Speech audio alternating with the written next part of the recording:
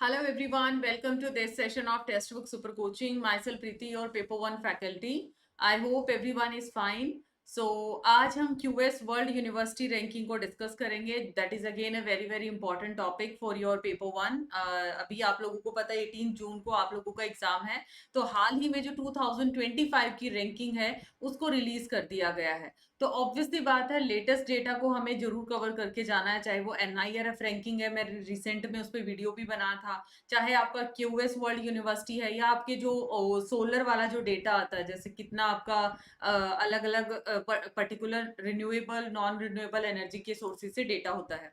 तो ये आपको लेटेस्ट डेटा है, अप टू डेट करके जाना. अब जैसे अगर आप टोटल यूनिवर्सिटीज की बात करते हैं तो एक बार बिफोर एग्जाम आप लोग जरूर आप लिस्ट को चेक करके जाओगे अपडेटेड डेटा क्या है. एटलीस्ट 1 वीक के पहले का डेटा तो पक्का से पक्का चेक करना है.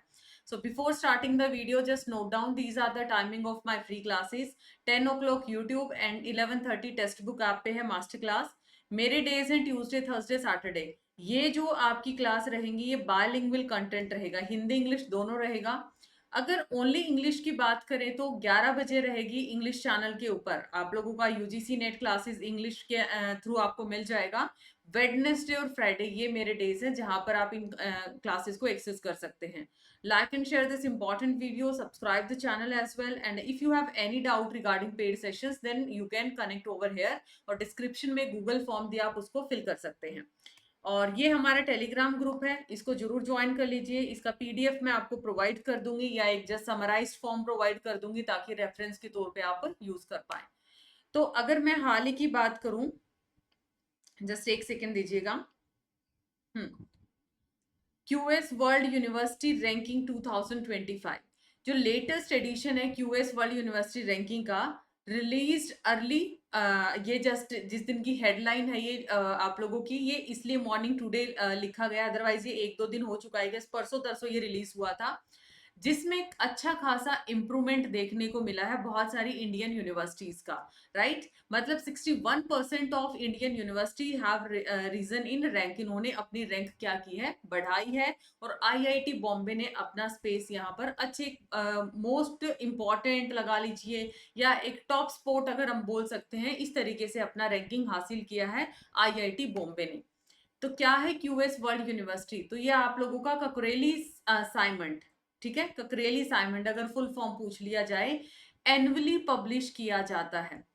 इनिशियली जो कोलैबोरेट किया था इन्होंने टाइम हायर एजुकेशन के साथ. THE जो रैंकिंग होती है, टाइम हायर एजुकेशन रैंकिंग 2004, जो QS वर्ल्ड यूनिवर्सिटी रैंकिंग है 2004. 2009 में दो ऑर्गेनाइजेशन सेपरेट होती है और अपनी इंडिपेंडेंट यूनिवर्सिटी रैंकिंग ये करना शुरू कर देते हैं, जो कि QS वर्ल्ड यूनिवर्सिटी रैंकिंग और एक था वर्ल्ड यूनिवर्सिटी रैंकिंग.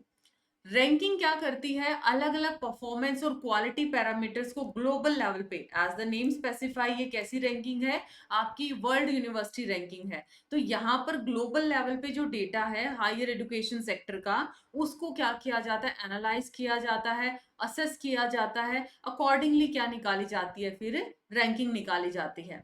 अगर हम यहाँ पर बात करते हैं जैसे कि रिसर्च पेपर्स के बारे में बात करें, ठीक है, साइटेशंस क्या क्या हुए हैं, अलग अलग इंसाइट्स होते हैं, अलग अलग एकेडमिक्स चीजें हैं, एम्प्लॉयर कॉन्सेप्ट है जिसके बिहाफ पे इन सारी चीजों को एसेस किया जाता है. अगर मैं ग्लोबल लेवल पे बात करूं टॉप इंस्टीट्यूशंस के अंदर, फैक्टर्स भी दिखाऊंगी, ग्लोबल लेवल पे बात करती हूं तो पिछली बार के जैसे भी अभी भी किसने टॉप किया है, MIT ने.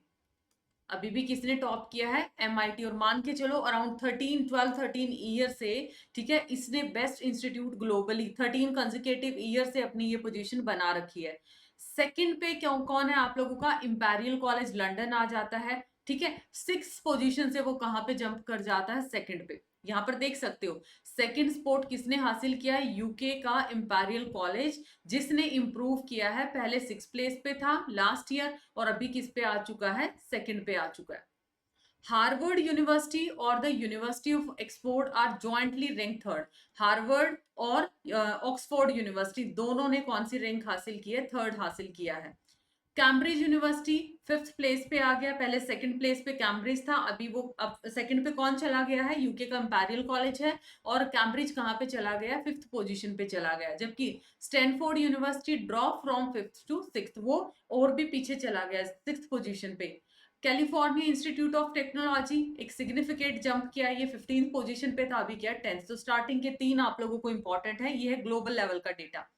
अगर मैं इंडिया की क्या पोजीशंस हैं, कुछ फैक्टर भी कंसीडर किए जाते हैं, जैसे एकेडमिक रेपुटेशन क्या है, फैकल्टी स्टूडेंट रेशियो क्या है, साइटेशंस क्या है पर फैकल्टी, इंटरनेशनल स्टूडेंट रेशियो क्या है, एम्प्लॉयर आउटकम्स क्या है, तो बहुत अलग अलग फैक्टर के बाद ये रैंकिंग निकाली जाती है। और अगर मैं बात करूं कि इंडिया की पोजीशन क्या रही है, तो यहाँ पर Indian institute of technology Bombay, पहले इसका रैंक था 149 और अभी इसने रैंक कौन सा हासिल किया है, 1180। कंपैरिजन चार्ट भी दे रखा है सो दैट आप इस चीज को देख पाए।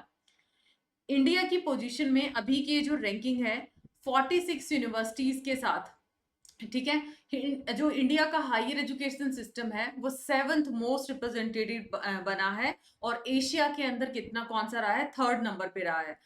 with 46 universities, India higher education is the 7th most represented। मैंने किसकी बात की, ग्लोबली रिप्रेजेंटेशन में 7th मोस्ट रिप्रेजेंटेटेड। और एशिया में अगर बात करते हैं तो 3rd इन एशिया, जिसमें ट्रेल इसको कौन करता है, जापान है जिसने 49 यूनिवर्सिटीज और चाइना ने 71 यूनिवर्सिटीज है। आईआईटी बॉम्बे ने अच्छा खासा टॉप स्पॉट हासिल किया है, जैसे कि मैंने पोजीशन आप लोगों को दिखा रखी है अलग अलग। आईआईटी बॉम्बे में जैसे पहले इसकी पोजीशन क्या थी, 149, अभी 118 पे आ चुका, 31 जंप किया इसने। आईआईटी दिल्ली की बात करें, पहले 197 था, 150 पे आ चुका। स्टार्टिंग के 3-4 याद करने, सारे याद करने की जरूरत नहीं है। Indian institute of science Bangalore पहले 225 था, अभी 11 पे, 211। आईआईटी खड़गपुर 271 से 222। आप खुद देख सकते हो कितनी पोजीशन इन्होंने अपने आप को आगे पुश किया है, मतलब परफॉर्मेंस लेवल इन्होंने काफी इंप्रूव किया है। आईआईटी मद्रास 227 है, Indian institute Kanpur 263, Delhi university 328 जो कि 400 की रेंज में होती थी, आईआईटी रुड़की 335, आईआईटी गुवाहाटी 344, और भी बहुत सारे इंस्टीट्यूशंस हैं, बट हमें सिर्फ स्टार्टिंग के 5 और 6 को क्या करना है, याद करना है। अभी आपका एक होमवर्क क्वेश्चन है, ये मेजर सा डेटा था जो एग्जाम परस्पेक्टिव से, वैसे तो कितनी सारी यूनिवर्सिटीज हैं, कितना सारा डेटा, हमें इतना नहीं करना है, ये बताना कि इनमें से कौन सा रिलेटेड नहीं है रैंकिंग ऑफ वर्ल्ड यूनिवर्सिटी से। तो अकॉर्डिंगली इसका आंसर आप लोग कमेंट सेक्शन में जरूर करिएगा, और अपने शॉर्ट नोट्स में इसको जरूर आपने ऐड कर लेना है। हायर एजुकेशन का करंट का इंपॉर्टेंट टॉपिक है। उसके साथ साथ अभी आप लोगों का तैयारी की जीत सेल ऑनगोइंग है, जिसमें आपका 9668 के अंदर दिसंबर एग्जाम तक ये वैलिडिटी रहेगा। यूजीसी नेट का पेपर 1 प्लस पेपर 2 का सब्सक्रिप्शन रहेगा, दोनों पेपर्स आप एक्सेस कर सकते हो। For discount you can apply Preeti H faculty code, right. इसमें जो फीचर्स हैं पेपर 1 और पेपर 2, कॉन्टेक्ट आप इस नंबर पे कर सकते हैं, गूगल फॉर्म दिया गया डिस्क्रिप्शन में, उसको फिल कर सकते हो। ये सारे फीचर्स रहेंगी, प्रिपरेशन आपको लाइव कर सकते हो, इंग्लिश बैचेस आपके रहेंगे, पीवाईपी रहेगा, कंटेंट रहेगा, गाइडेंस आपको प्रोवाइड किया जाएगा। And if you are preparing for UGC NET, then paper 1 की बुक डेफिनेटली स्टूडेंट पूछते हैं, तो ये टेक्स्ट बुक का ही बुक है, जिसमें आपको हिंदी इंग्लिश दोनों में अवेलेबल है। आप इस क्यूआर कोड के थ्रू स्कैन कर सकते हैं एंड इसका बेनिफिट उठा सकते हैं। So like and share this important session. Thank you so much, मिलते हैं नेक्स्ट वीडियो में, बाय बाय, टेक केयर।